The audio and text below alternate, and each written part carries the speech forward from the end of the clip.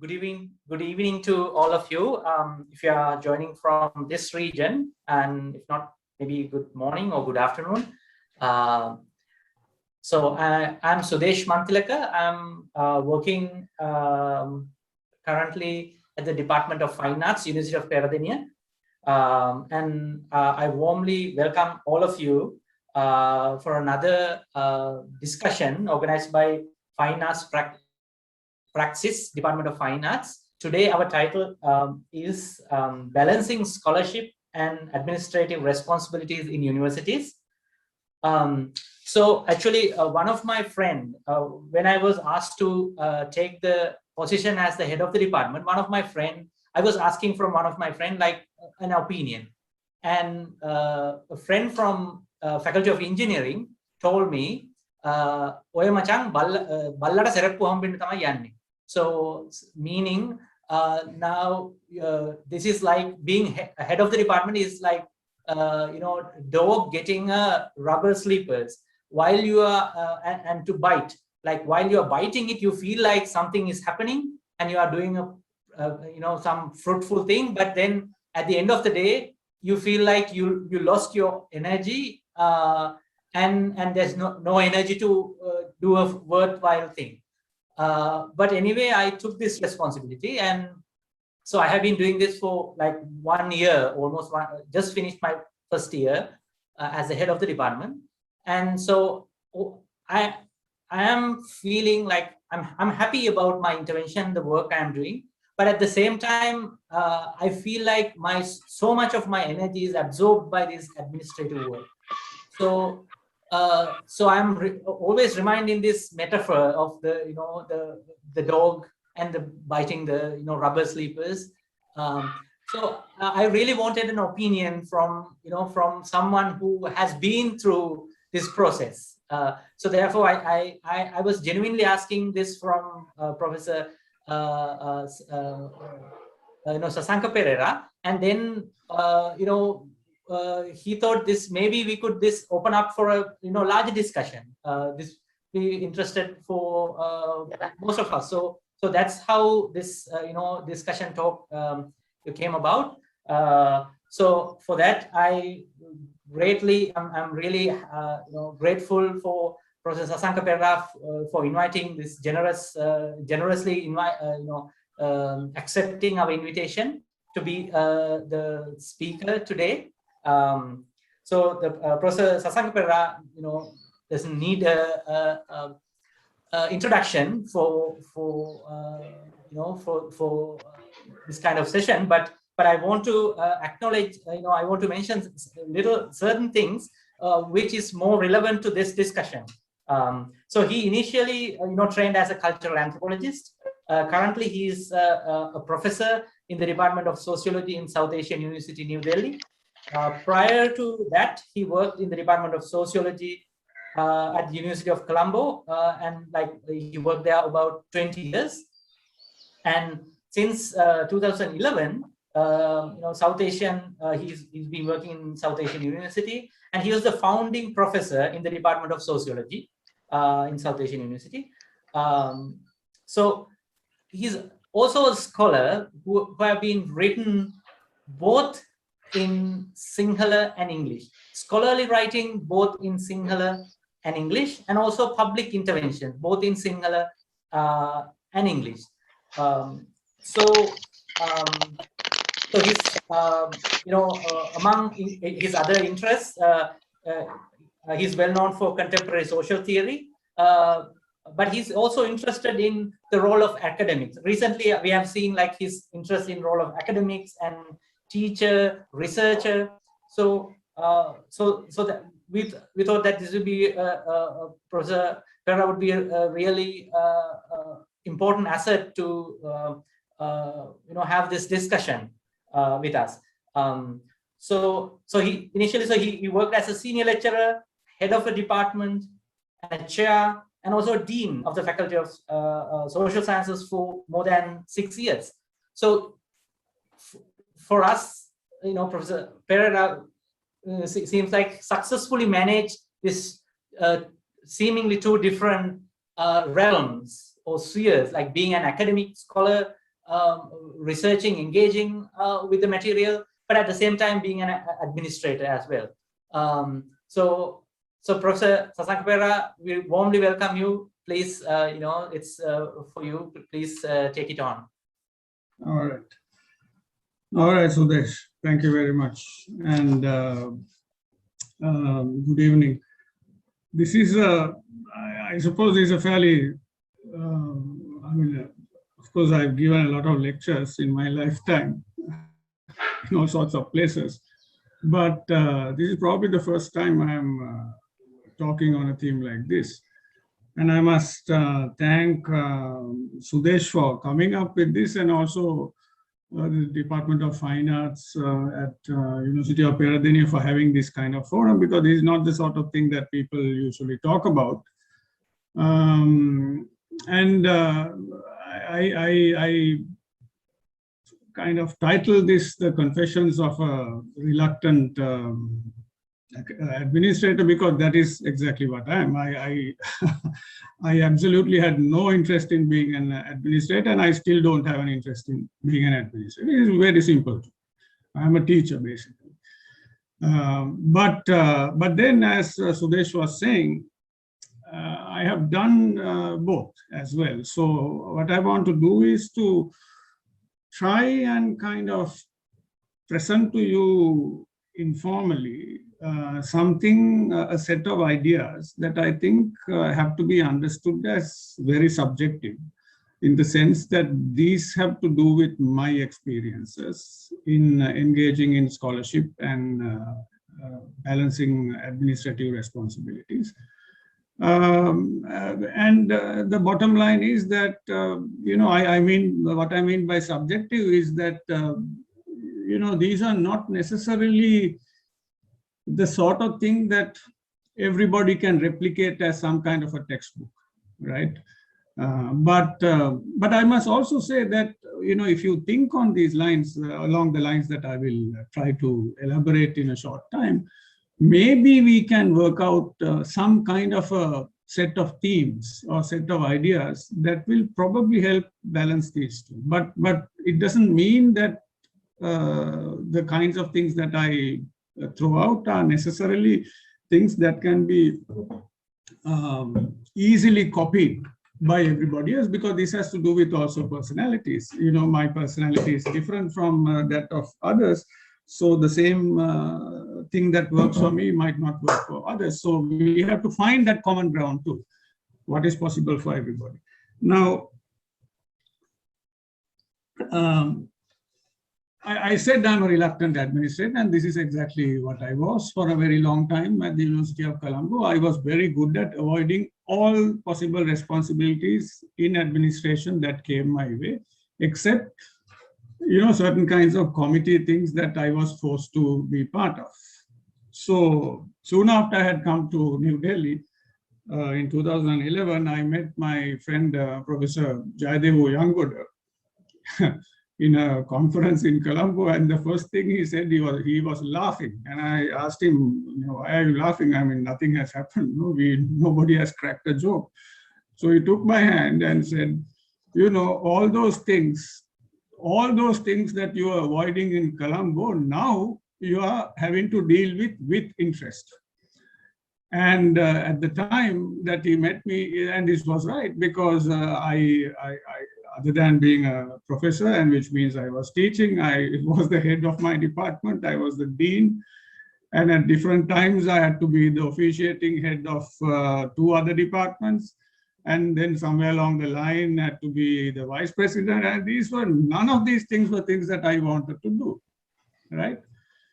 But they, at some point, I realized that they had to be done by somebody. And in my case, in my second incarnation, now someplace like Colombo and Peradeniya, you have a lot of people to do a lot of things. In my new place, because it's new and it's small so far, there weren't that many people who were qualified, because qualified means not with PhDs. In my place, everybody has a PhD. That is the minimum requirement for entry for an academic. It's not with a BA. But the point is about experience, right?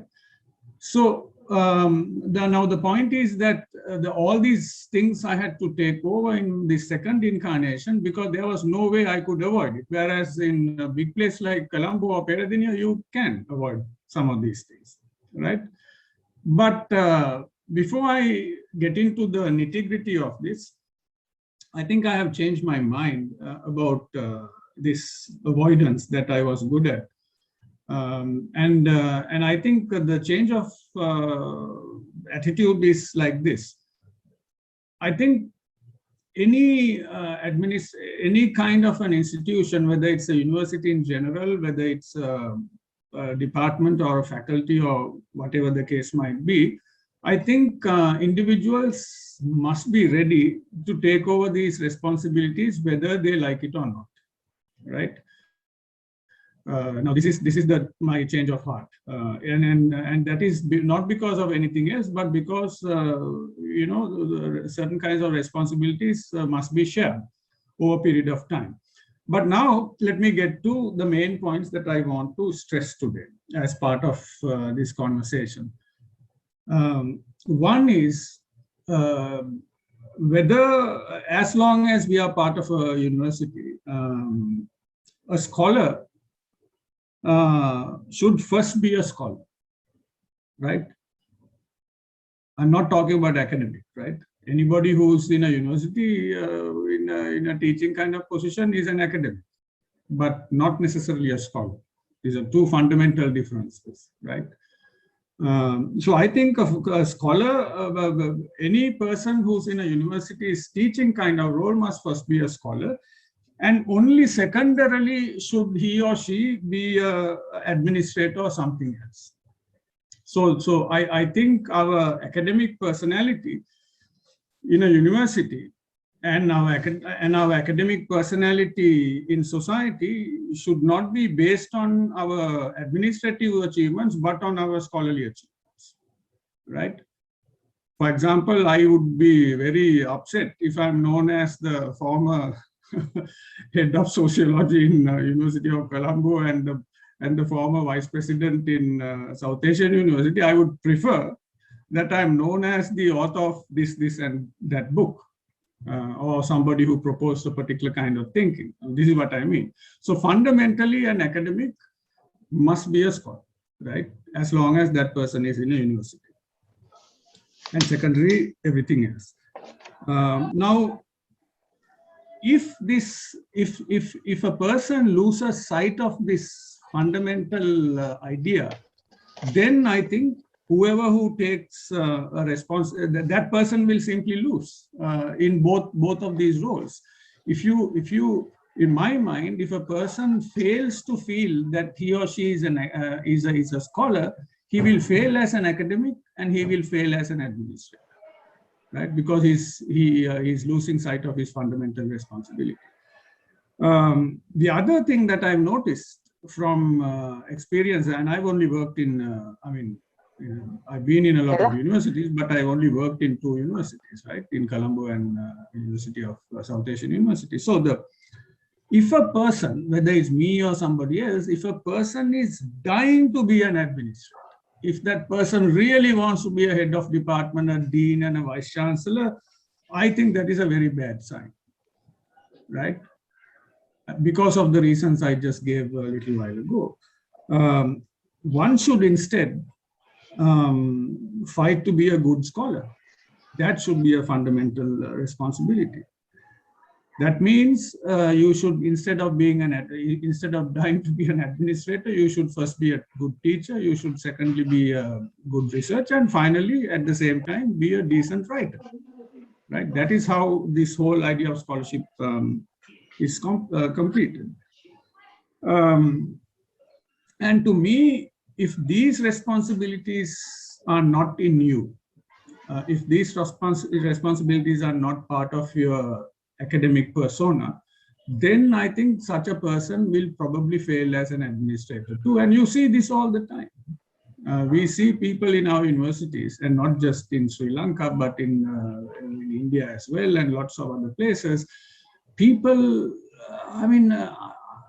there's something wrong because we never heard of some academics.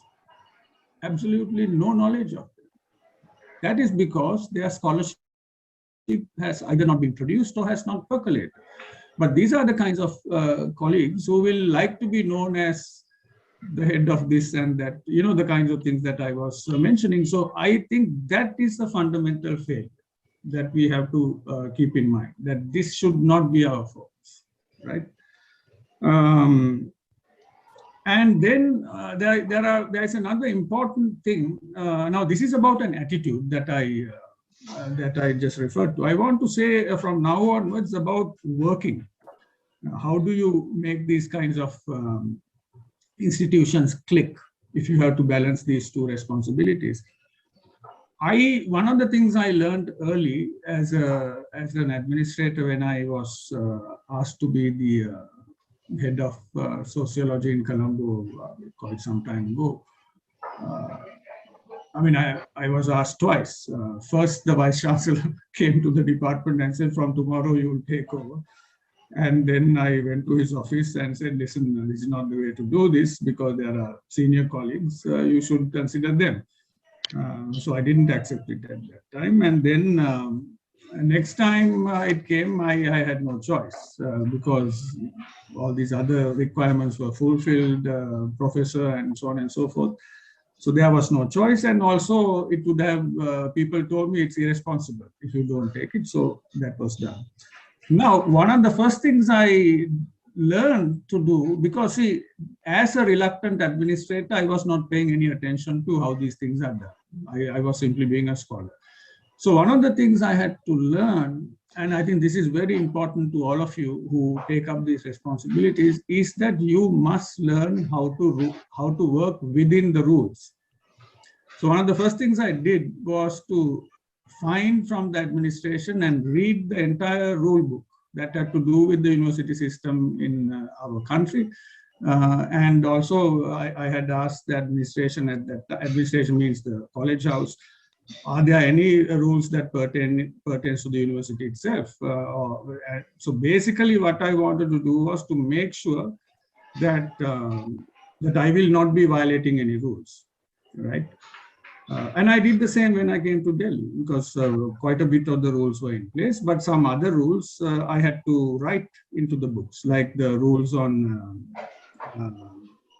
what do you call sabbatical had to be written when I had applied for sabbatical leave. So basically, bottom line is that whatever you do as an administrator, or for that matter, whatever you do as an academic, as a scholar within an academic institution, you must do within the rules. I mean, so to me, working under these gray areas is a very, very dangerous thing and is also unethical. It doesn't work for me. It shouldn't work for anybody else. So when I say work within the rules, I want to clarify this because this can also be a problem in certain senses.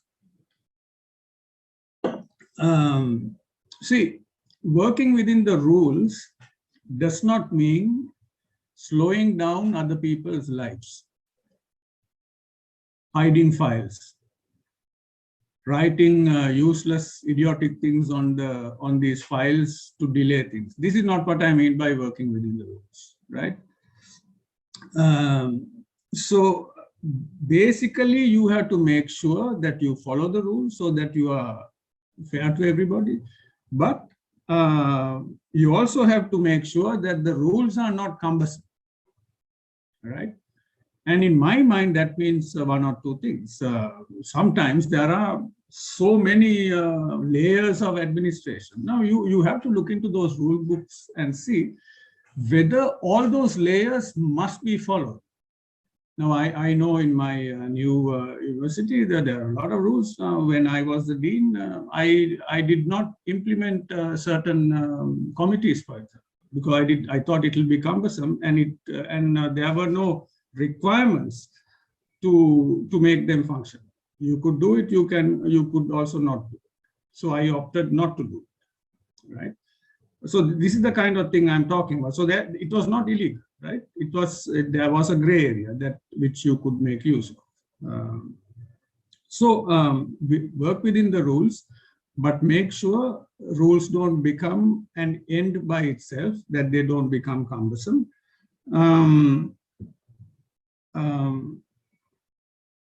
And also, for me, the most important thing was that rules should not be slowing down people's progress within your institution. So now let me give you concrete examples. In my second incarnation as the vice president, a lot of things had to be approved at either my level or at the level of the president, and mostly academic things at my level, academic and, even things to do with construction, because we are building a campus. So people send me these fat files, and obviously I have to read most of them. Now, if there is something missing, I could make a note and send it back, and that will take another day or two, because it has to go all the way it came, right? Or I can do something else, and that is, if it's a minor thing, I would simply call that colleague and say, well, there's something missing. Can you come to my office? And I will say, this is missing. Why don't you just address this? It can be fixed in 2 seconds. Now, I'm not violating the rules. I'm simply facilitating a fast passage clearance of a file. And this is what I did to the extent possible. But on the other hand, if something was very seriously wrong, then I will make sure that I note down exactly what is wrong and how to resolve it, right? Now, this is how I handle these things.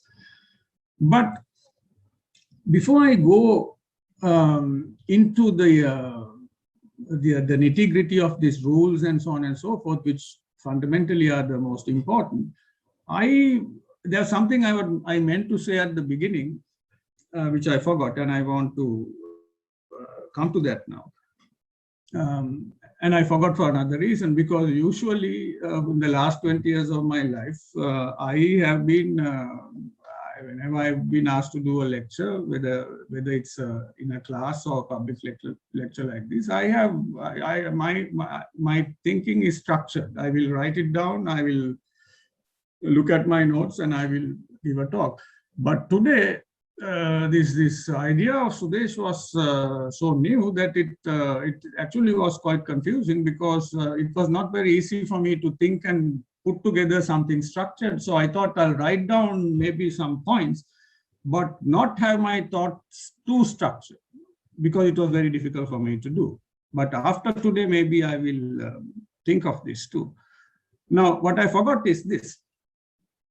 If you take administration seriously as a scholar, I think that you also have to be, you also have to make your administrative space livable.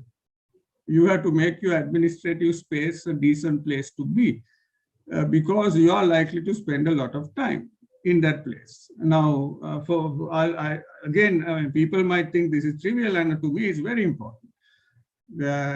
So when I became the head of sociology in Colombo, one of the first things I did was I thought my office must be, aesthetized. And if I'm going to spend time there, it had to look like an academic office, not like some kind of a warehouse, or, you know how university offices are, no? They can be very colorless, dreary. So I wanted to fix the ceilings. I mean, these are not things that an academic have to do. This should be done by maintenance. But then, maintenance doesn't really work like this, no? So I spent a lot of time in my first couple of months. I knew the department had a lot of money in a ledger account. Nobody had ever seen it because nobody used it. And so I had to go to the administration for a couple of months or maybe a month, work with these guys to find the money that was ours. And I told these guys, listen, I know this is there. I will be coming to your office until this is found. I want it found. And they found it. We had a few, I mean, quite a lot of money at that time, 8 lakhs or 1 million something. And then I asked, okay, now we have the money. Can you send me people from the administration? We'll pay for the paint and we'll pay for the work. Can you fix all these things? I'm not asking the university to spend the regular time, but can you do it?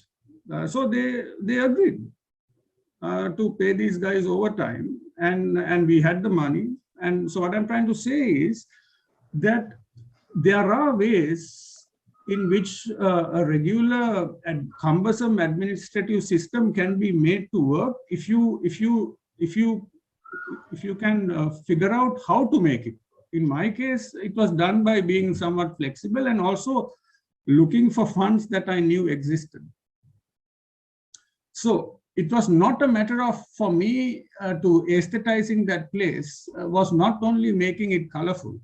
It also meant that if, for example, I also wanted to create a sense of the history of my department, my former department. So, nobody knows. No, you say University of Colombo Department Sociology, you say Peradeniya, you know, that is where Tambaya came from, that is where Obesekara came from, H.L. Piris and so on, H.L. Selviratne and so on. So we did not have that kind of stars. So one of the things I did was to create this big artwork that went onto our wall to give a sense of our location in the world of sociology in the country. What did we do? Who are our people? And so on and so forth. So that was also part of that aesthetization, and also giving an identity to the institution in which I was part. In other words, what I'm trying to say is that you must bring some sense of institutional pride and also an identity of the place into the way you work. And this is also what I repeated in Delhi. So whenever I took over an office, I made it livable. It was pleasant. It had artworks on the wall. I did not want people to think if they came to meet me as the dean or as the vice president, they were coming to some corporate office or some poor person's office, in a third world university office. It looked like any other place in the world. So I think that giving of that sense itself is important, right? Because you are giving a sense of your place, you are giving a sense of yourself to the rest of the world. So this is what I forgot. And I think if you are now I don't know. I haven't come to the University of Peradeniya in a long time, and I don't know what the officers of the Fine Arts Department looks like. But what I'm saying is that, these places should basically look nice. They should look like an academic environment, right? They should look like an aesthetic place, okay? Now, it doesn't mean that if you are a medical kind of program that you have to have test tubes on your walls. It is still part of a university. It's an academic environment, right? So it has to look like an academic environment. Okay, now we come back to the rules. Now, I always assume that I'm being very fair. Of course, people will disagree, going by some of the decisions I made in the last 20 years, but that is a different matter. I'm not in the business of making people happy, right, as an administrator. I am in the business of running an institution and running it by the rules and being fair, right? And being fair means that you can't have fair, you might like some people more than others. That is a natural thing, but you can't favor them, right? That is what I meant by going by the rules. Now, one of the biggest problems in Sri Lanka, and I'm sure all of you would have experienced this, is that we have something that I always refer to as the Pau Sanskruti. Pau Sanskruti. You find a person doing the wrong thing. Okay, fair enough. You want that person once in private and say, well, this is not the way to do this. Some things and some other things cannot be wrong, right? You have to act. But we repeatedly excuse people from doing the wrong thing over and over again, having this terrible concept of Pau, right? we forgive plagiarizers for being POW. Why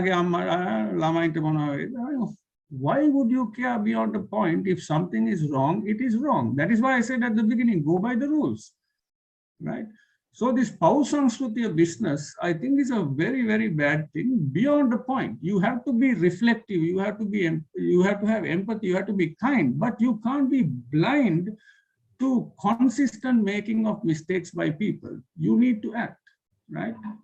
Is this POW business beyond the point doesn't work. And also, I said, go by the rules, but you also have to be able to make exceptions when it's absolutely necessary, right? I'll give you two examples of what I mean by this. Now, years ago, when I was teaching theory, this was in Colombo, most of my class got very bad grades. Bad grades, and I was very careful because particularly when I give bad grades to somebody, I by default I would have read through those question papers more than twice or more than once, right? At least twice, because I need to be sure.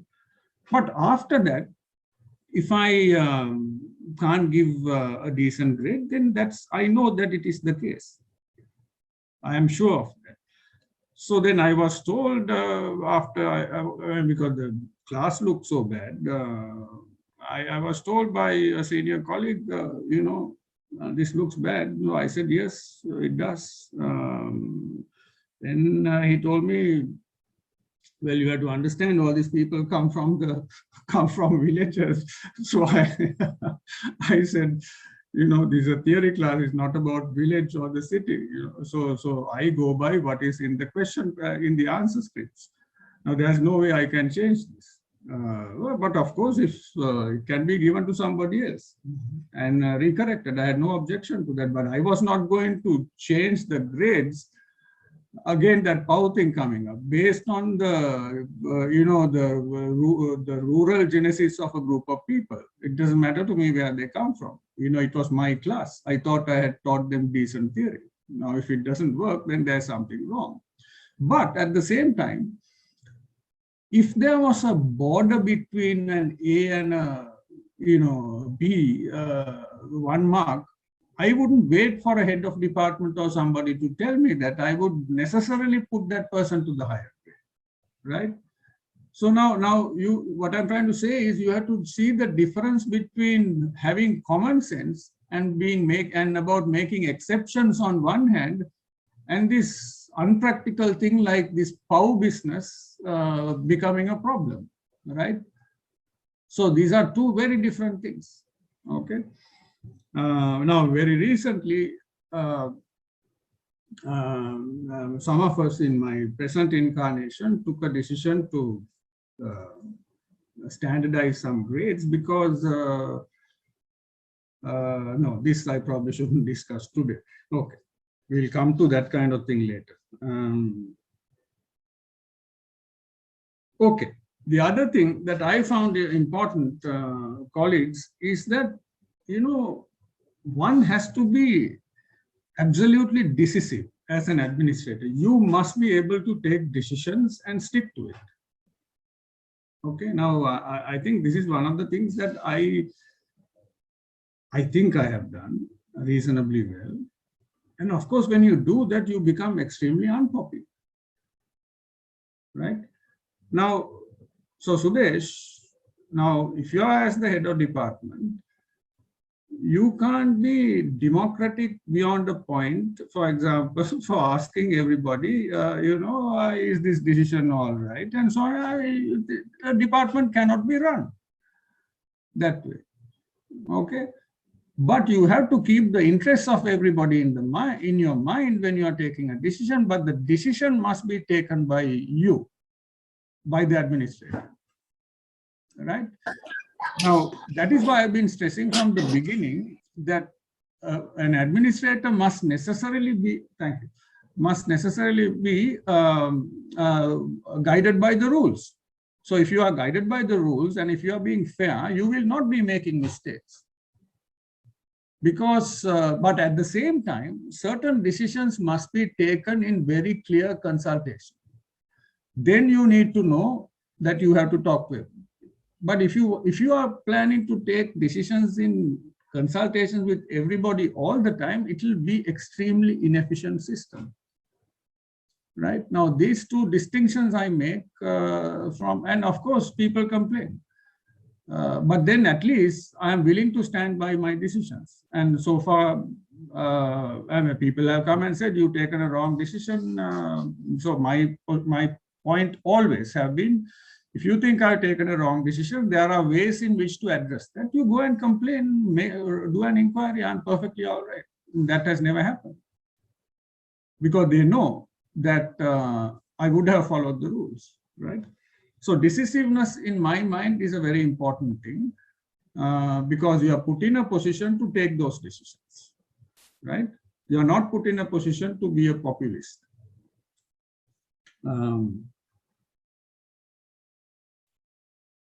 And another thing I found important, both in my Sri Lankan incarnation and my Indian incarnation, is that as an administrator, it is a very bad idea to listen to gossip. And I remember one of the first things I did when I took over as the head of sociology in Colombo is in probably my first staff meeting. I had told everybody, I took notes at that time, so those notes I still have, which is why I remember these things. Not to come and tell me in person departmental matters. So that is gossip. Said, bring it to the staff meeting and we will discuss it and see what happens. Right? If it's a very personal matter, it was a different thing, but not departmental matters. Right? So, and to their credit, I don't think anybody ever did during that time that I was running the department. Okay. So to me, listening to stories of other people is a very, very dangerous thing. To me, both in Colombo and India, there's another thing that has been very important, and that is the ability to, there are two things, and this is important to, this is very clearly addressing straight this whole idea of balancing administrative responsibilities and scholarship. And that is the ability to manage time and the ability to be a multitasking person. So at any given time, now today, I had 3 meetings. This is my 3rd one. Now, obviously, to do that, I had to organize my life today in a certain way, and I had to decide that certain writing responsibilities that I have, I will have to postpone until tomorrow or later tonight. So what I'm trying to say is that this ability to, you can't be bogged down with too many things, whether they are writing or academic administrative responsibilities, and otherwise the system will become very inefficient. So one decision I had made in both cases, unless it's absolutely crucial, I will not take my administrative responsibilities home. They always remained in the university, right?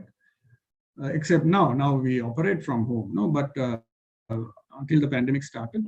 Now, what is it that I mean by multitasking? See, I said at the beginning that we have to never forget that we are scholars. That means whatever responsibilities you have been given as an administrator, there is absolutely no excuse for you not to engage in your scholarship. So now it is not a major issue if your teaching load responsibility is somehow reduced.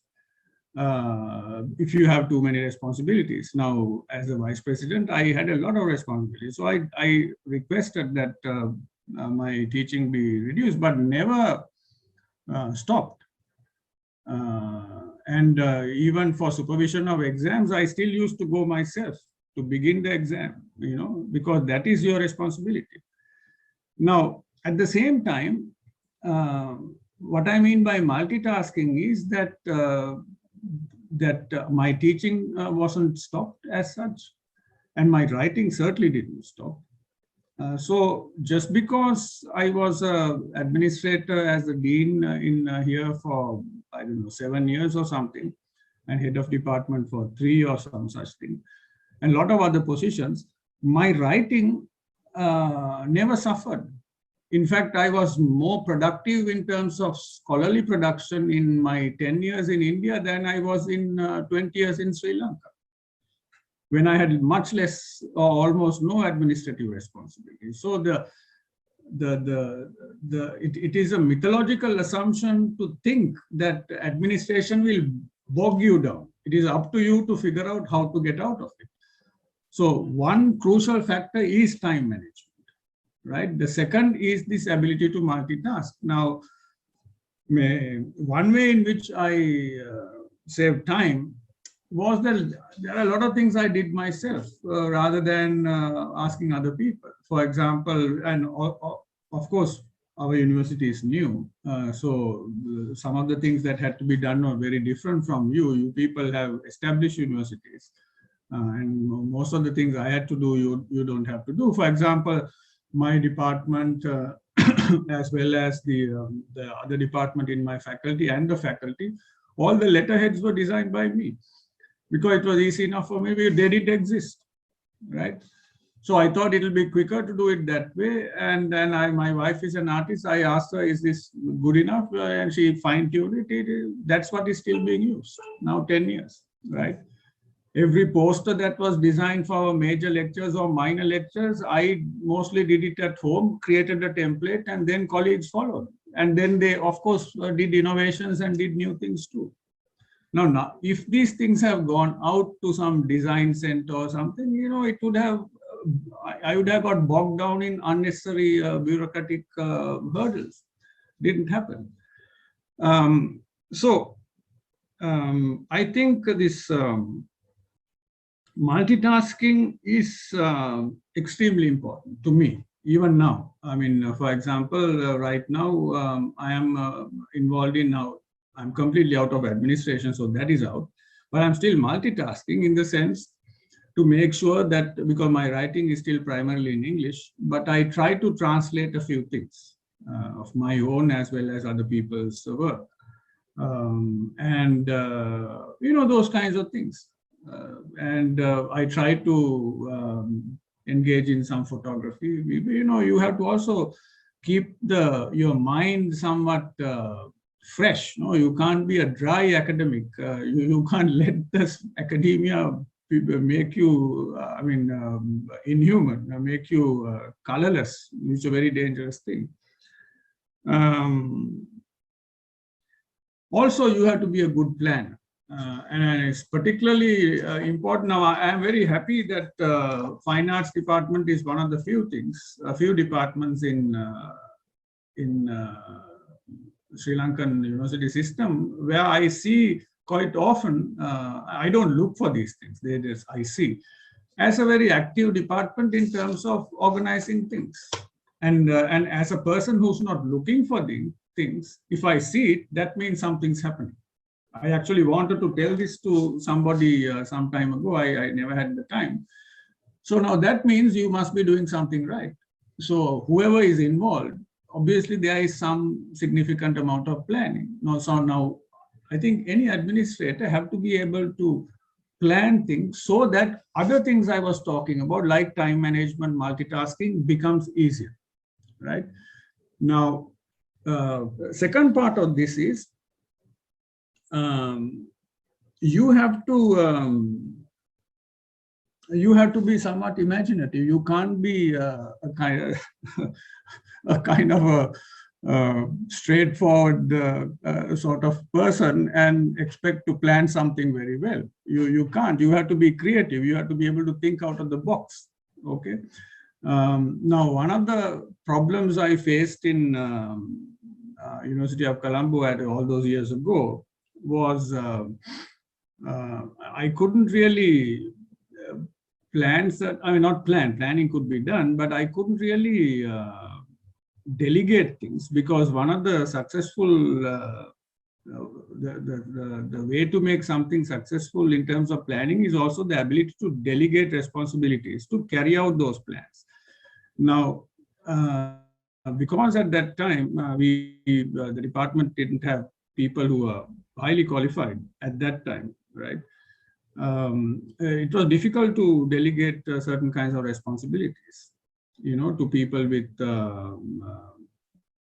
basic qualifications, because, you know, our system is such, Sri Lanka, we recruit people from a bachelor's degree. So that is, to me, that doesn't offer the kind of adequate responsibility and training to, on the basis of which I can delegate responsibilities, right?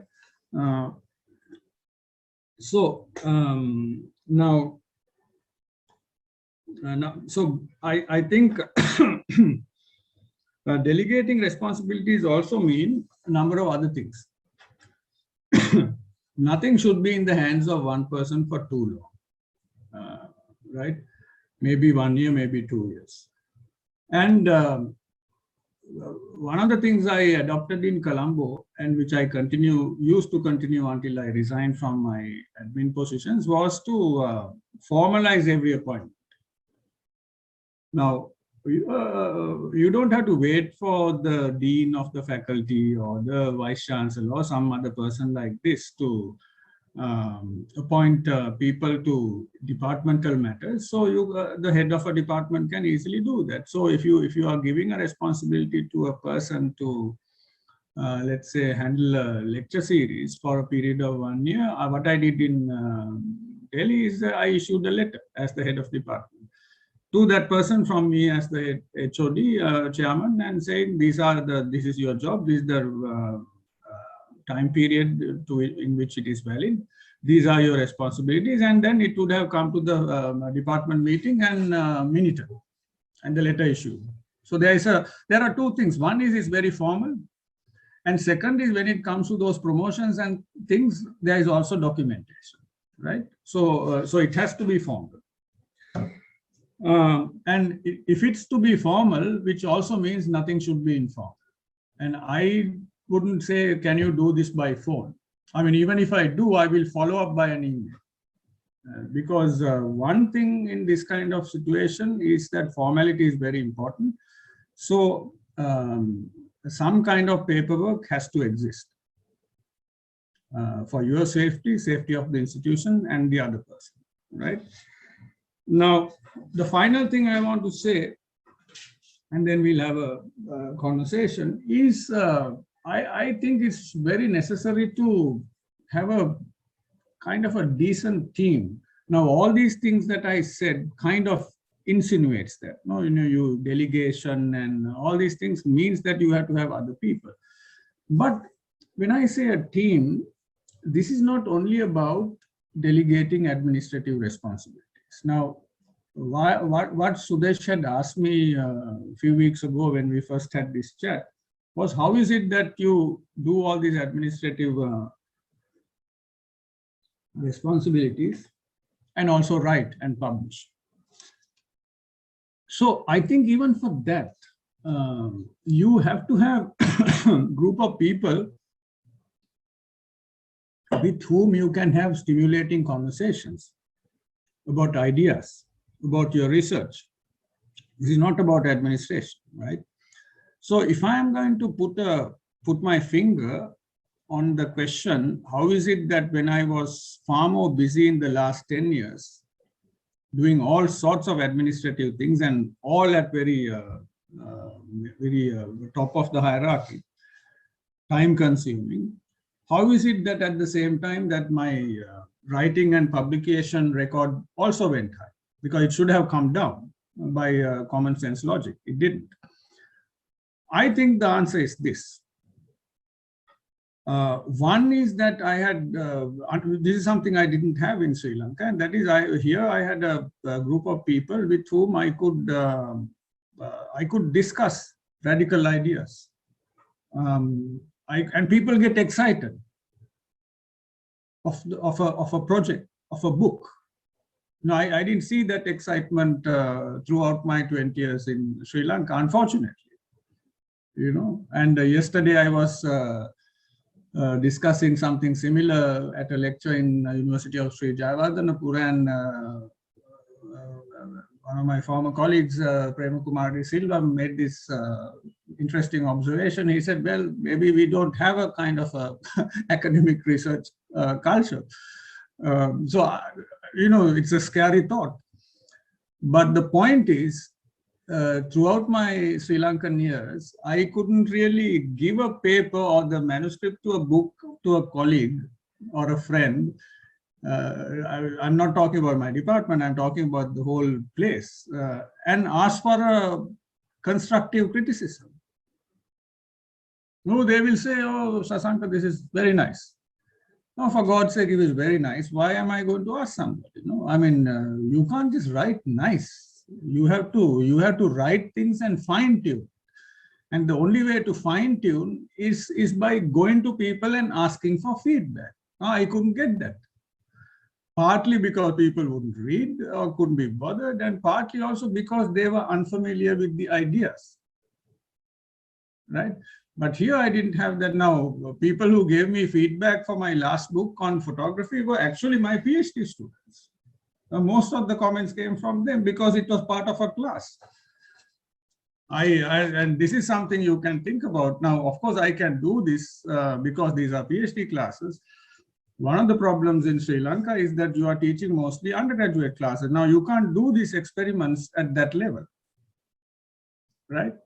So what I'm trying to say is that that team is very necessary for both academic responsibilities as well as for administrative responsibilities. Now, let me give you one quick example of this administrative thing and then kind of close. Some years ago, we had a request from the Royal University of Bhutan to help redesign their courses, sociology courses, so that the contents became more Bhutan-centric and also South Asian. So we did that, and when we went to that country, a couple of people from my university, the Bhutanese colleagues, took us to one of their holy mountains. It's called the Tiger's Nest. This is like Mihintale. This is the place to which Buddhism is supposed to have first come, the message of Buddhism to Tibet. I mean, we were not acclimatized. We are not used to that kind of heights, Himalayan heights. We are not used to the oxygen issues. So, but anyway, it was a very slow ascent. But one thing that is interesting is by the time, my younger colleagues were much less tougher than me, so they were even slower than me. But anyway, because of these breaks in various places up to the mountain and back, we were discussing the possibility of a book. Now, this is why climbing a mountain.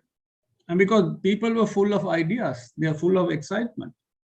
So by the time we came down, we had decided on a book, how it will be. That doesn't mean that by the time we came to Thimphu and then to Delhi airport, the book was complete. The idea was complete, right?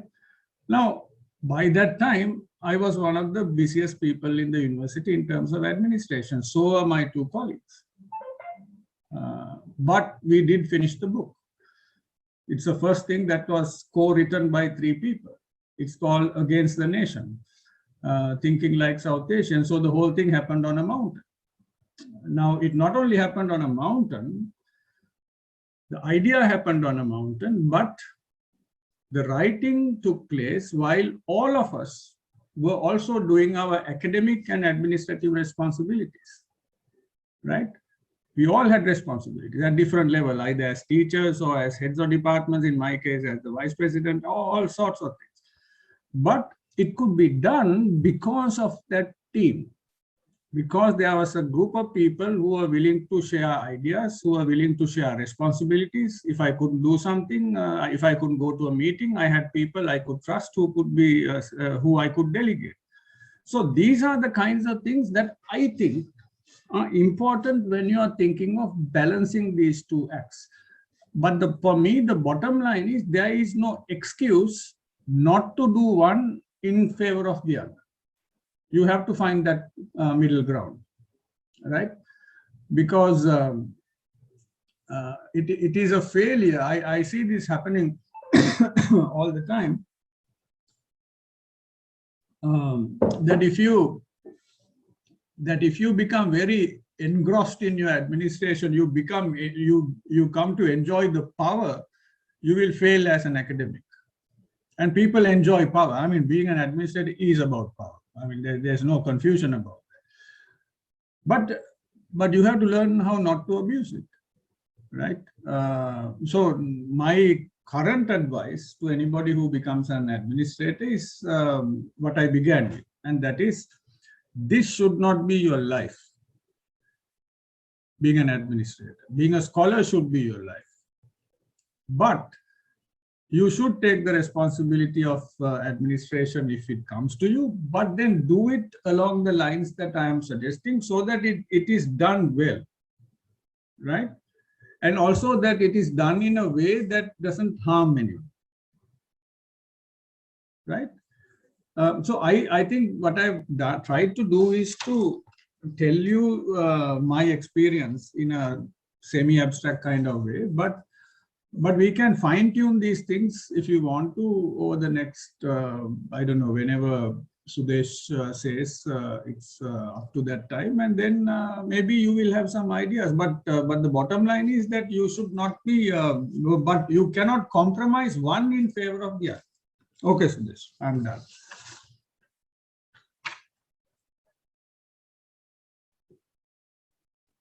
Okay, thank you, Professor Sananka Perera, for sharing your personal experiences and also your thinking behind it, and reflecting on your your journey, and also giving us some advices. Yeah, so now the discussion is open for questions. Yeah, so please feel free and ask questions. So this is like very informal. So yeah. Okay, so Professor Anton Peeratna has a question. So please go ahead. So it's very interesting presentation, and we have no much opportunity to listen to this kind of speeches. I was sharing my views with the Staff Development Center director here in our university, Sepalika. You know, we should be given a training on how to manage, you know, as you said, multitasking ability, how to organize ourselves.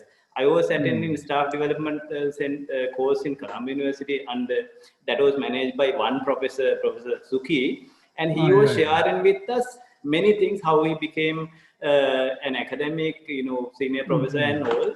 It gave us a lot of insights. So I really, this is just a comment. It would be great, if we have more opportunities to listen to this type of discussions. So thank you very much, sir. That really gave me a chance to learn from you again. Thank you. Thank you, Anton. Good to see you after a long time. See, it's like this. Let me make a quick comment and let others speak. See, you're right. I don't think there can be a textbook written on this. All you can do is what you just suggested, and that is to bring people's ideas to bear upon other people's lives, right? So, like Professor Ekaratna or me or somebody else who has done these kinds of things can talk to people and see what they will take out of it. Because you can't really train people like going to a school kind of thing. This will not work. And second is, just because something worked for me or Professor Ekaratna or you, it doesn't mean it will work exactly the same way for other people. That's why I say that it cannot be trained in that sense. It also depends on your personalities. It depends on the nature of your institution. It depends on the support staff you have. It depends on a lot of things, right? But you're right. These kinds of things have to be discussed so that people get some ideas of how to do things. Yeah, done.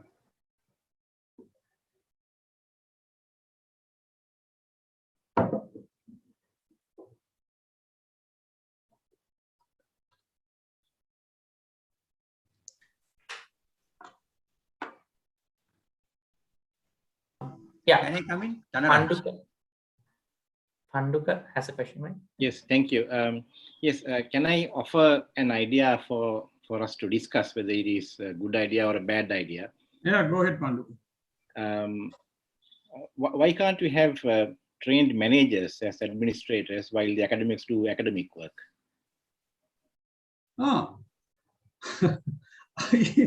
It's a very unpopular idea, but I have also suggested this some time ago. I mean, Panduka, you are giving these dangerous ideas. I also did say this more than once, and I was fairly serious about it because as I was saying that I did not and do not want to be in administration, right? But now I have come to think of it as some necessary evil that I will do for some time. Okay, but it will be much nicer if some people who are more competent and probably better trained are doing the administrative things for us. I mean, this is one thing I noticed when I went to a couple of universities in Europe very recently. Some of the people who were doing very important administrative functions in that university were actually administrators. Of course, it's a different matter that they had PhDs and so on, right? But that is what they were doing. So there were scholars who were also heads of institutions and so on, but they were not doing that much work in that capacity. And as a result, the question that you are asking, the Sudesh had posed, this balancing business became much easier because you had all these competent people to run the institution on a day-to-day basis, and the person who's the scholar who's at the top didn't have that many responsibilities as we have to do today in our part of the world. But they had to take responsibility, but not necessarily to work, right, in those administrative capacities. So I think this is not a bad idea. But people who are appointed to these things cannot be recruited from exams or civil service or that kind of thing. Panduka, this is the thing. So these guys who are trained to work in a university administrative structure then have to understand a university, what its functions and so on. Thank you. And Dhanaraj has a question. Okay, nice meeting you, Professor, after a very long time. And I met you in New Delhi in 2015 in International Language Development Conference. Yeah, I remember that. Go ahead. Yeah, so nice meeting you once again. And I'm at SLIT now, SLAAT. Okay. I retired from Open University and I'm working at SLIT, the Faculty of Humanities and Sciences. All right. Very nice. It's a good speech and a good discussion. And Professor, now you said that you are having very stimulating conversation with your colleagues at New Delhi, right? And while you are working at administration and all, and you also made a point that you could not have that kind of conversation with your colleagues when you were in Colombo. Yes. In Sri Lanka. Why is that? How can we change that situation? Okay, that you should have every university. You should have very stimulating conversation among your colleagues because the universities have to disseminate knowledge and research and dissemination of knowledge, and you get dissemination through a kind of conversation, right? Yeah. And you said, Dhanaraj, I have a short answer to this as well as something that is long. The short answer is this. Yeah, Professor Perera, can I join my question to that? Please. Because it's very similar. It goes along that line. Go ahead. Yeah. So my question was like, exactly. So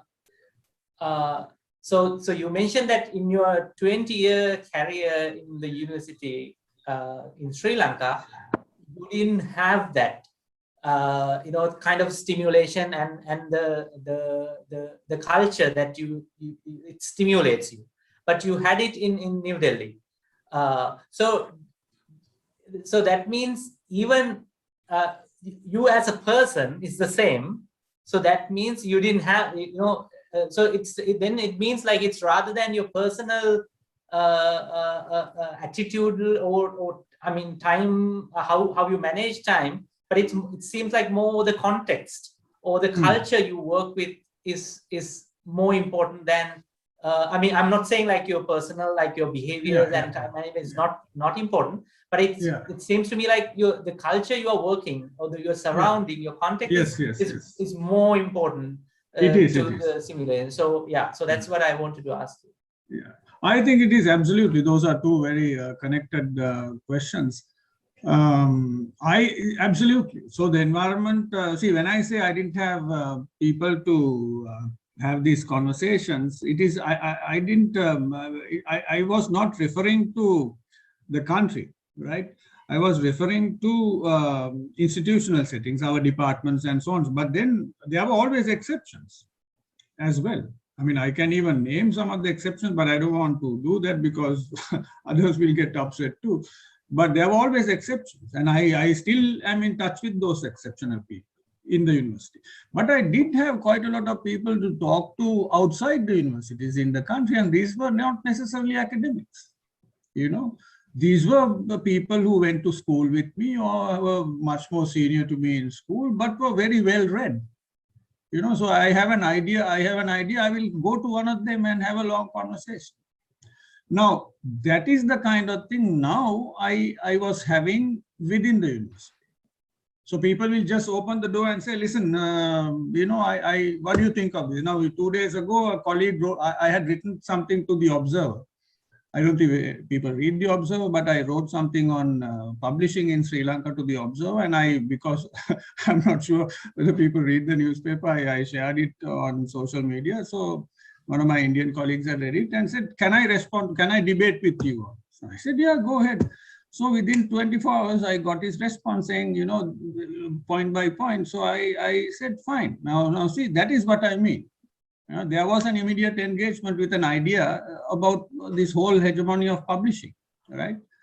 Now, institution is, so one of the things I tried to do, Sudesh, at the time, because of this institutional problem, is to create a kind of parallel set of institutions outside, within which I could do some of those works. So for example, that is the way in which this journal Patita was established nearly 12 years ago, because I couldn't do it in the university because it was too restrictive.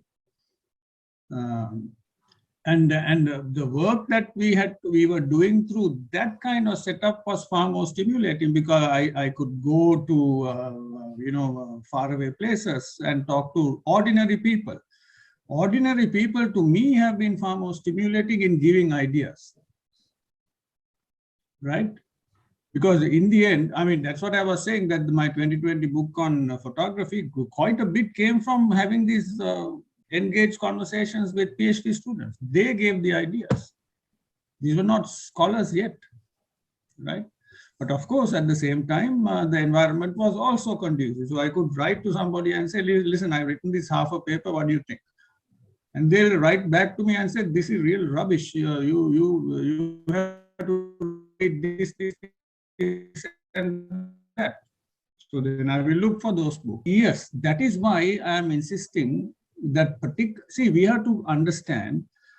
Now you can say I'm in some fantasy land, but the point is, Sudesh, we have an institutional problem throughout our country when it comes to scholarship.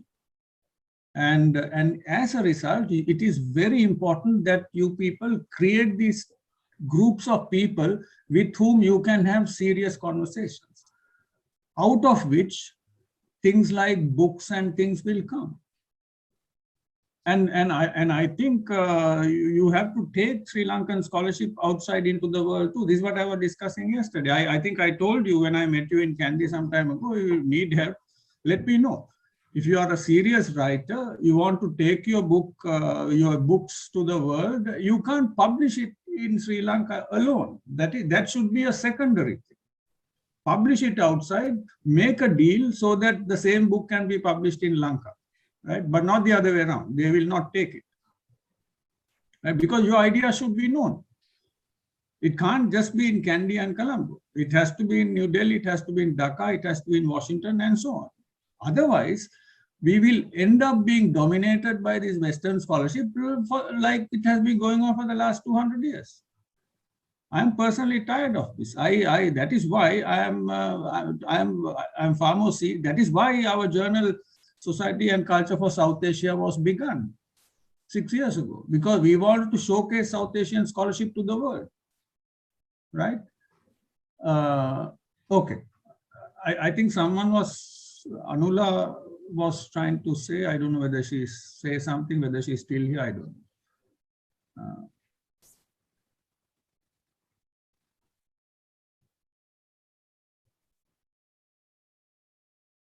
Yeah, Anula, we saw your hand was raised. Do you still want to ask a question? Just actually, first of all, I would like to thank Sasanka sir as usual, because he gave me this opportunity to participate in your lecture. Actually, it was very interesting. As Anton said, rarely we hear such actually lectures or discussions. Actually, I think as a students who work with Professor Sasank Pereira closely, and also as a person who worked with him while I was in the Department of Sociology, as he said, I think actually, according to my experience, we were very easy to work with him, because one thing, he followed the rules, but as he said, they did not harass anyone, I think. Therefore, according to my current experience also, I think the personality of a person also influence for someone's administrative work, because sometimes most of the time they actually use the power, sometimes not for useful things, actually unuseful things to show their power and everything. But according to my experience, I think I'm happy to say that we were very easy to work with him, and we learn a lot of things.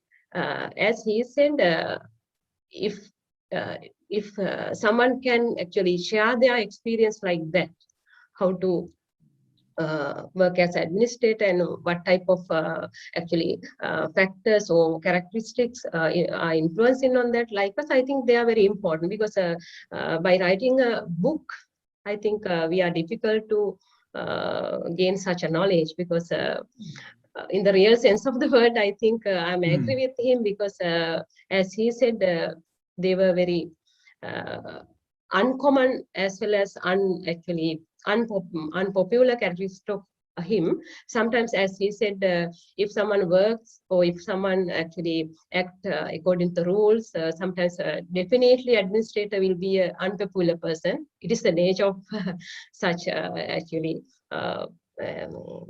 professions. But I think he did it well. Also, he never did not actually get stressed by working as a head of the Department of the Sociology. I observed that he did not get a stress, and actually he listened everyone. If someone wants to talk to him, he listen. That is also a good thing of an administrator. Otherwise, we are difficult to negotiate anything. Administrator should be a good listener even. That is, those are the things I want to share with you as a person who actually associate him in the past time. Thank you very much.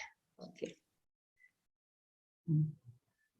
Thank you, Anula. It's very kind of you to give me your thoughts. Anyway,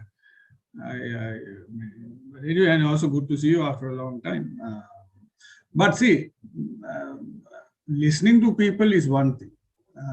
I want to make this distinction, because Anula said that I listen to people. I did listen, but that doesn't mean that you can listen to people. You should, if you're an administrator, but you also can't take decisions on the basis of all those listenings. In the end, which is what I was trying to say at the beginning, you have to take decisions on the basis of what you think is necessary and on the basis of the existing rules, right? That is the bottom line. Okay. Thank you. Can I ask another question, Professor? Yeah, go ahead. You are the boss. You run the show. Uh, So actually, so what we are seeing here is like, so since people who can deliver certain kind of work, so, who can deliver certain kind of quality work,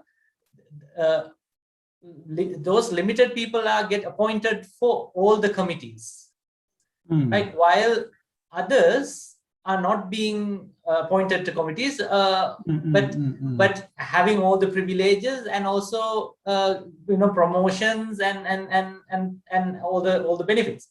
So so what, looking at this and also working hard for the institution, seeing this is also kind of discouraging. Very, yeah. So have you observed, and do you have any response to that? That is a sign of a bad institution, very clearly. Now, if that is happening in US or any other place, it is now. I would say that, but Sudesh, it also happens in a lot of places, unfortunately. But and it is discouraging. I agree. But right now, people write to me in my own place because we are going through some difficult times.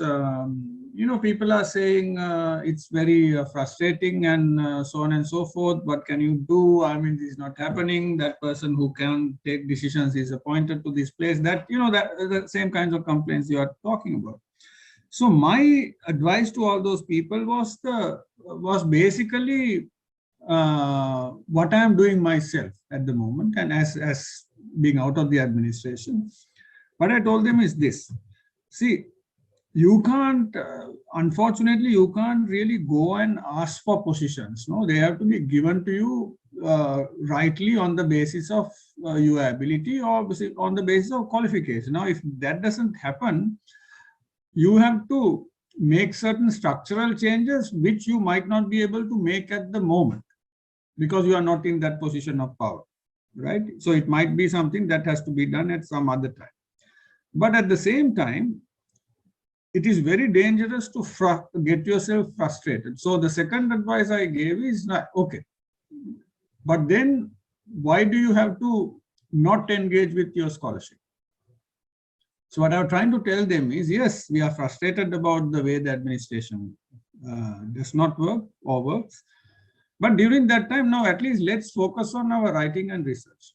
So that is why I am now focusing almost 100% on my writing. And because if I think about some of the things that happen, then I will be extremely frustrated, like what you were just saying. But at the same time, my idea is, I hope I don't have to be an administrator again, but if I have to, then I will do exactly what I've been telling, right? And one hopes that there will be others who will be doing the same. But then you and I both know that in many places, people who are appointed to positions, particularly in large universities like yours and many others in Sri Lanka, are not necessarily the kinds of people who should be appointed to those positions because of these connections and so on and so forth. So, but that is an institutional failure. Now, I don't have an answer to that, except to say that these kinds of things should not be happening, but they do, right? But that should not get to us. It will be very dangerous if those kinds of things frustrate us from our academic, our scholarly responsibility. That is why I will keep writing and reading. If people appoint funny people to positions and the institution collapses, until I can do something about this, I will engage in my scholarship. Basically, I am still productive. That is what you have to do. But also, if you are still an administrator, you will also find that you are doing too much work. That's why I was trying to say, find people to whom you can delegate certain. You have to have that team, and that team doesn't have to be in Peradeniya. That team can be anywhere. People with whom you discuss things, people with whom you collaborate, and so on. So, I talk to people all over the world. Certainly in this part of the world. because you need to have that. Otherwise, you'll die of frustration.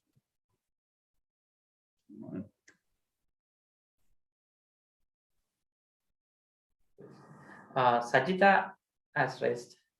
Yes. First of all, thank you, Professor Sasanko, give me the links to join this discussion. And also I must thank to Dr. Sudesh who organized this valuable discussion, and this topic is timely valid for the Sri Lankan university system. I don't know whether my question is this relevant or not.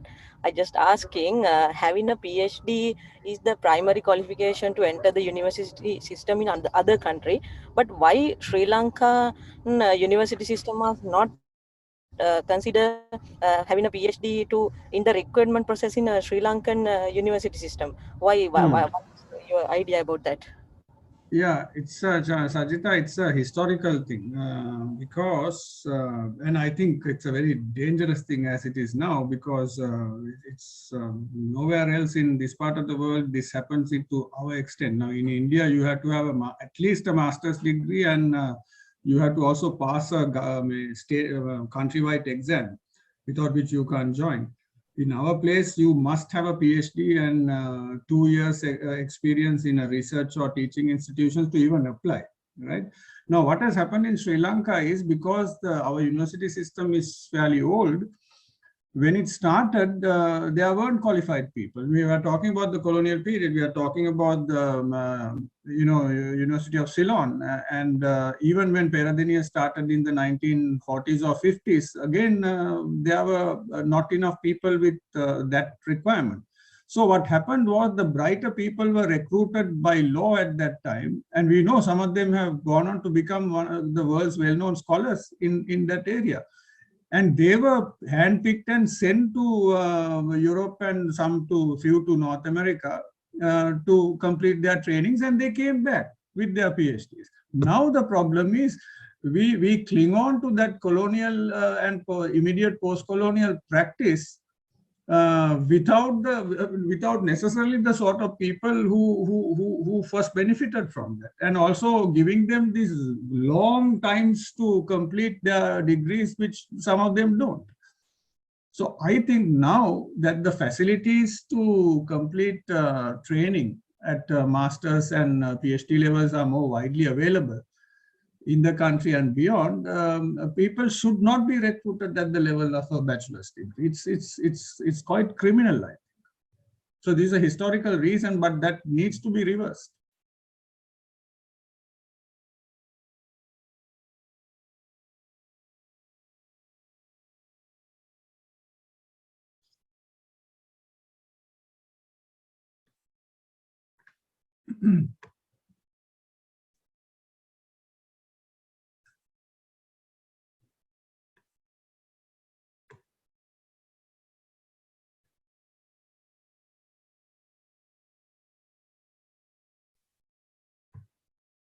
Do we have more questions for Professor Pereira?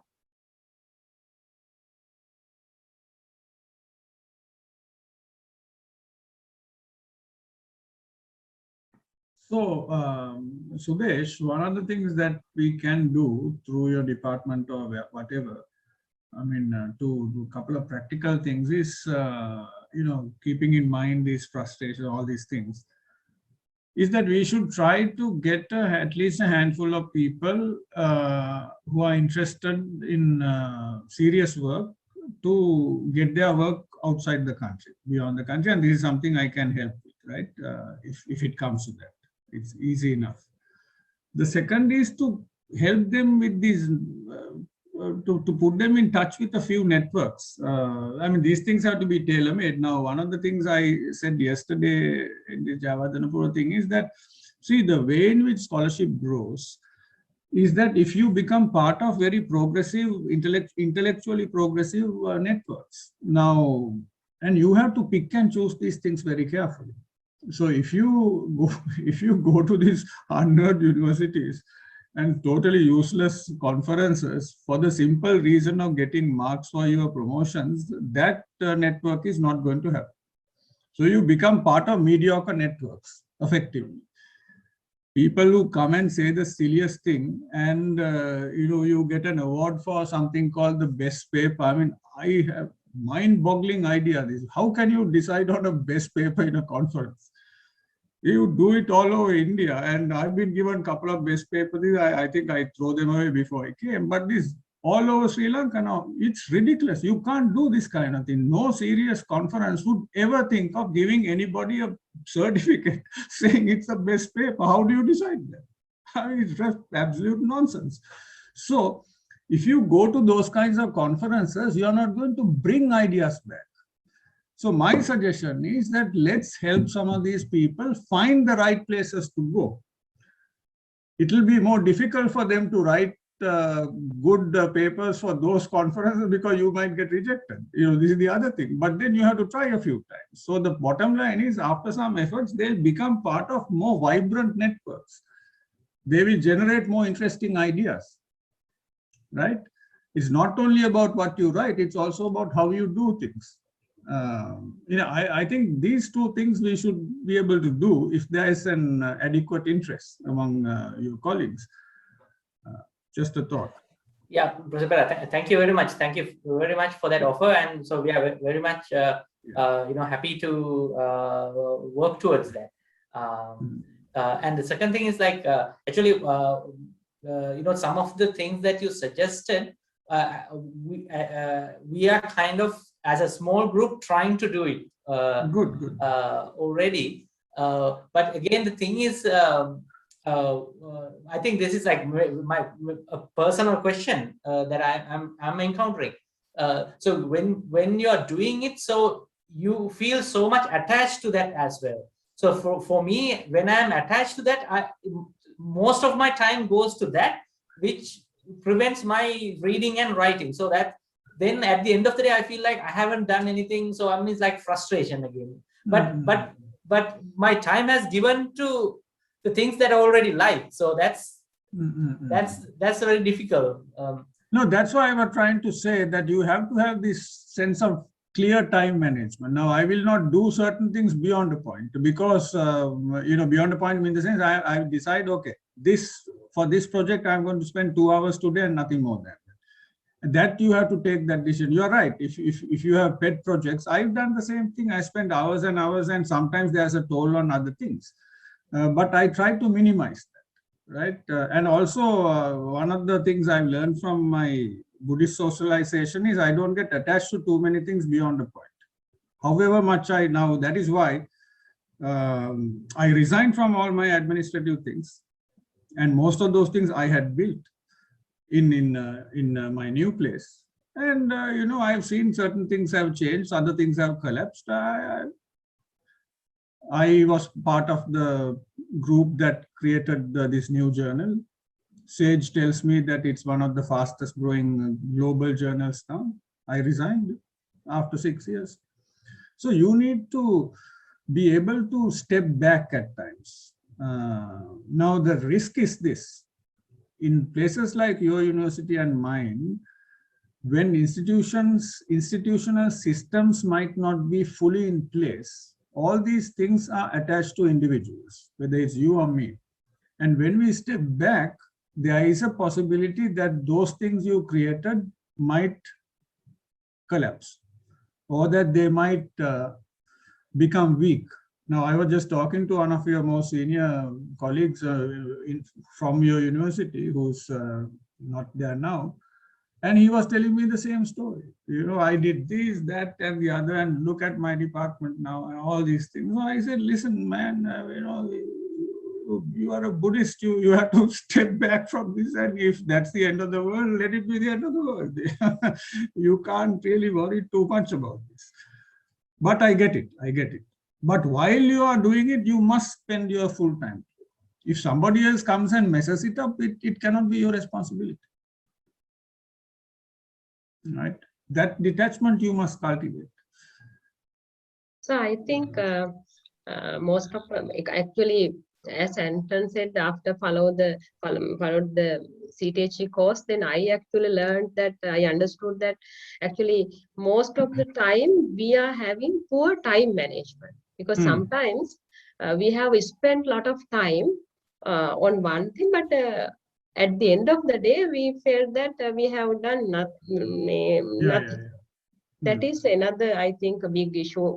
According to my experience, I have that problem also. I think time management. We have to manage. Many of us have that problem. And the priority giving. Yes. We have to decide what are the priorities. That is also another thing, I think, True. administrate and academics. Can I add something, Professor? Yeah, please. Yeah, go ahead, please. So, yeah, I'm Gamlat. I'm also from Peradeniya.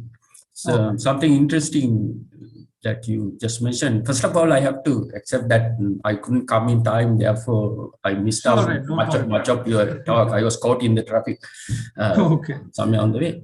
Couple of interesting things that after I started listening to you, one is that networking, and then you talk about access to international arena and persuasion of academic scholarship and everything. In a sense, this is an idea and also could be a question. I am also thinking of the same thing for a while now. My opinion is that it is particular specific culture.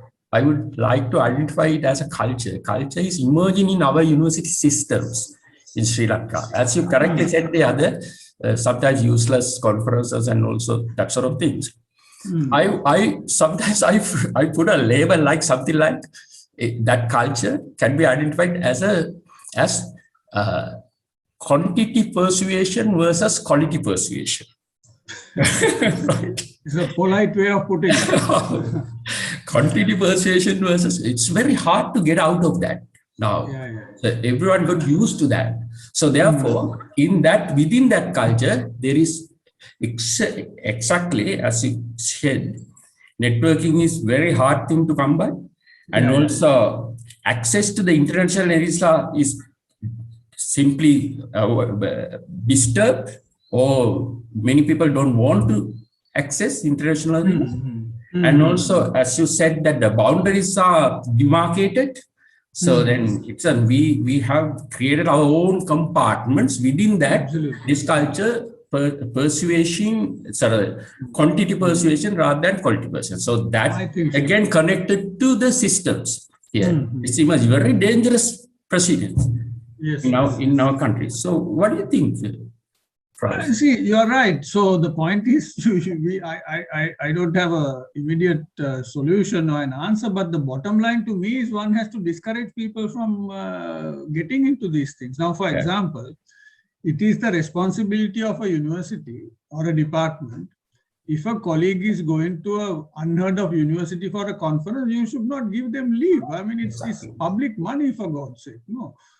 But then it's easy to, I mean, I can say that, but then people will say it's a we are violating their freedom of movement and freedom of expression and so on. But the point is, we know that if people go to these problematic places and bring, useless ideas back, or very odd, they are not useless ideas. I would say they are very ordinary ideas. That will not create an intellectual environment of any quality. So the word you use is quantity. Now, I think that word is important because what most people do now that I see is they are collecting the number of international conferences you have gone and the number of local conferences, because that is where the quantity matters.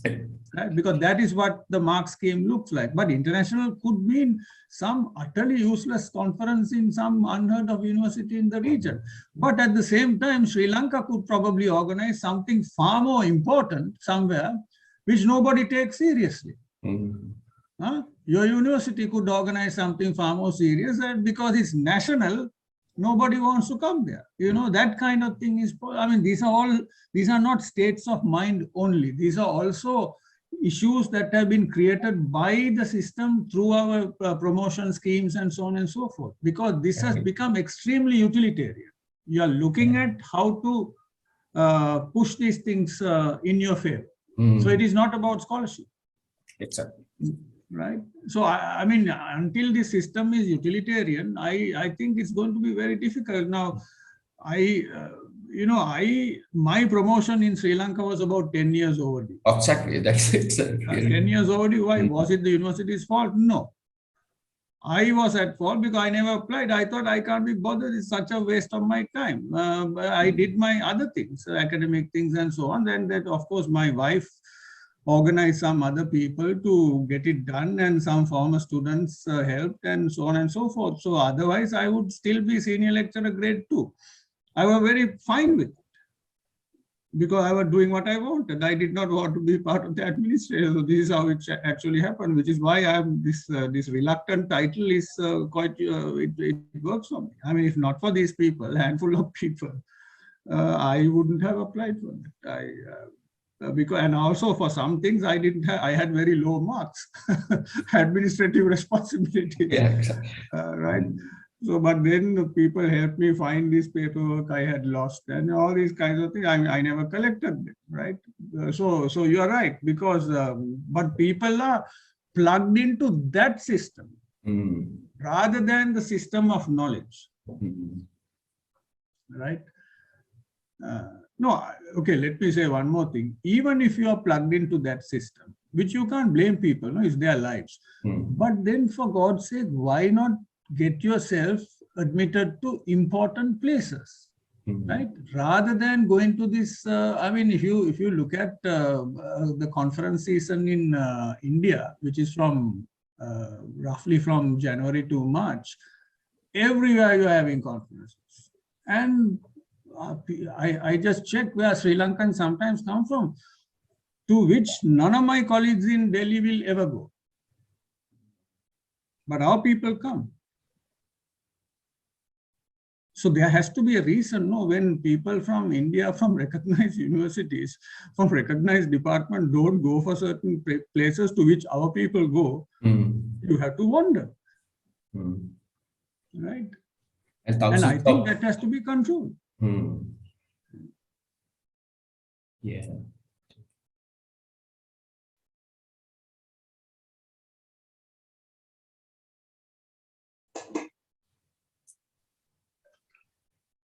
And also that that access factor that you were talking about, which is very important one. And there is another aspect of that as access factor as well. Then there are so many predatory journals these days, which is easy to access, right? Isn't it? Yes. Fraudulent journals, right? You can pay and get published. No, these things can be done. You just need to know how. I mean, this is what I'm trying to suggest to people like Sudesh, that we can, I mean, put some systems in place that are not necessarily official, but will nevertheless get the job done. That will be good for the institution and good for individuals. This is the best I can offer. For example, if you want people to come to give talks and whatever in your university, we can talk about this, you know, rather than getting people who might be very ordinary to come and do this sort of thing, simply because they happen to be in the country. You know, that kind of thing happens. And if you want some training kind of thing, we can find people. I mean, I am sure I can convince a few people to come at their own cost to Peradeniya, as long as you put them somewhere, you know, that sort of thing. So some things will have to be informal, but part of it has to be formal. So you have to formally invite, but the rest we can work on, you know, that sort of. So I said, no, you have to be a good planner and creative. This is what I meant.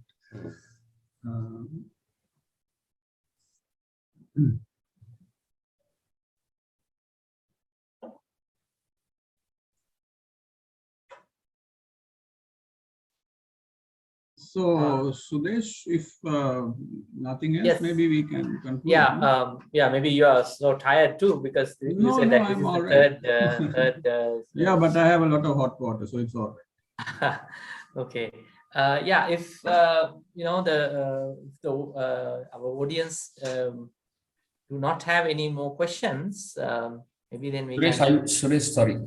Yeah. Sorry. Yeah. I would like to ask another question, the opinion of Professor Sasanka. It's completely outside of, very simple thing outside of the theme you have talked about. What do you think, Professor, about sociology in this country? The direction of sociology going on, because you are a well-known sociologist. I know that. I'm also from sociology. And which country are you talking about? Sri Lanka? Sri Lanka. Sorry. What's your opinion? Mr. Gamla, well, I'll do something. Please send me your email. I've written a lot about it. I will send you what I've written. Right? There is okay, if you can get this book. It's called Sociology and Social Anthropology in South Asia, Institutional Histories and Practices. That was co-edited by myself and some other people, some two colleagues. This is one of the things that that team did. You know, and I think it has two essays on Sri Lanka, one by Professor Tudor Silva, and the other by me. Yeah. So, I mean, but my bottom line is this. I mean, sociology is in a very bad place in general. I mean, I think that is a problem in this. That is what we try to argue in that book. It's not just Sri Lanka. It is this entire region, right? But some countries are worse off than others, and India is slightly better off because you know, they've had this few good universities that produce good people and scholarship over time, right? And also remember, they had university systems where we actually have a college system, which are called universities. So as a result, when you are teaching undergraduates in large numbers, as we have to do in our area, you can't produce good research. It takes a lot of time. You know, when I was in Colombo at times, I was teaching 125 people in a class, right? Some of these general degree classes. Now I don't have to do it here. So I do have time, you know, and it's very important. See, this is the other institutional factor that cannot create a research culture in Sri Lanka because it's very difficult. Yeah. Because of these limitations. I think we should have colleges and universities clearly demarcated, not necessarily separate institutions, but you have to have people who are competent to deal with large numbers of students and teaching at that level, as opposed to people who are teaching at another more advanced levels, right? So if you send me this email, I will very happily send you my chapter, and if there's a PDF of the book, I will send that to you. Thank you very much. I'll get your email address from Sudesh. You can get it from Sudesh. Yeah. Thanks. Excuse me, may I ask a question? And I can't hear you. Can you hear me now? Now I can. Yeah, please go ahead. Thanks for this wonderful lecture. And I have one small question. I don't know how long it takes, but can you compare the POW culture that you mentioned that in Sri Lanka, and don't you have that in India? And because I thought that so I'm sure it probably exists in India, except that the word POW probably doesn't exist. There must be some Hindi word for that. No, but see, it's like this, Rasika. Now, I am pretty sure things like this do exist everywhere, particularly in our region. And it shows that why is it that the university system is in far more trouble in our region than, let's say, Western Europe or North America, if you want to make that, if I am to make that crude comparison. It's partly because of this. I think we tolerate too many things institutionally when we also do some very bad things. Now, I know for a fact that in a number of universities, people who have been highly trained have been harassed out of the university system for simply becoming few days late in returning back to duty, kind of thing. Now, this is what I was saying at the beginning. This is not how an administrator is supposed to work. You are supposed to facilitate. You know, if somebody is delayed by 1 month or few weeks, what's the big deal? You find a reason how to deal with, rather than chucking out a person who's so well trained. And I think that comes because of fears. So the POW doesn't apply in that situation. But that POW thing applies when you should not be tolerant about things. No, here you have to be tolerant. Now it is up. If it was up to me, I would find some reasons to deal with these things, as long as they are dealable, right? And I hear this story from Peradeniya. I hear from this in Colombo. I hear about this from Ruhuna, not Ruhuna, Katubed, and so on over time. So you can't have, you know, my bottom line is this: we have to be flexible when flexibility is necessary, but we should not be compromising when quality of things are involved, right? So this is what now, for example, if somebody is plagiarizing a colleague, no, to me there is no excuse for that. You have to deal with it. But if somebody is late in submitting a dissertation for reasons that is beyond his or her control, we should not hold that against that person. There has to be ways in which you can find solutions. So I think that POW thing is about needless flexibility, simply because you are sympathetic for the wrong reasons. So the short answer to your question is, it's not only in Sri Lanka, it's in this region too. Certainly here. But these are not. I mean, I don't think these are things we should encourage. If you want our institutions to, yeah. Thanks for that. Thank you.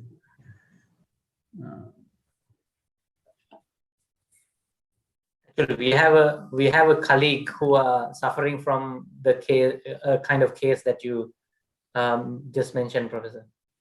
Yeah. Yeah.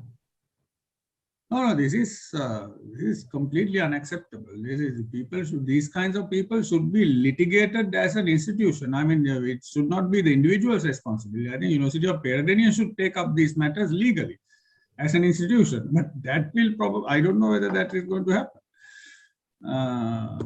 Anyway.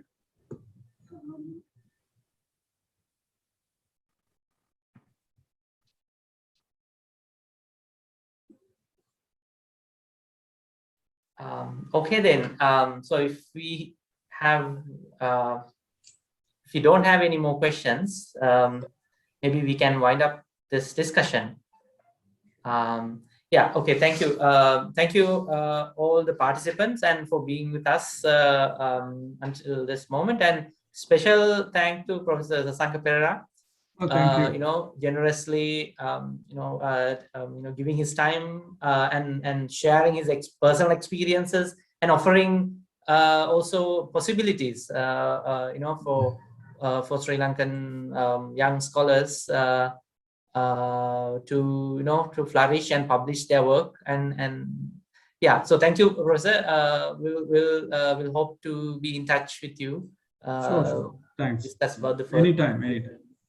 All right. You take care. Anytime you need my help, just write to me. Thank you, Professor. Sure. Bye. Thank you very much. Thank you so much, Professor and Dr. Sudesh. Yeah, right. Thank you. Bye. And also a special thanks should also go to Chamila, Yes. this event through Fine Arts Praxis. Thanks, Chamila. And you should continue this discussion even when COVID is over, physically. All right, people. Thank you very much. Okay. Take care. Thank you. Thank you.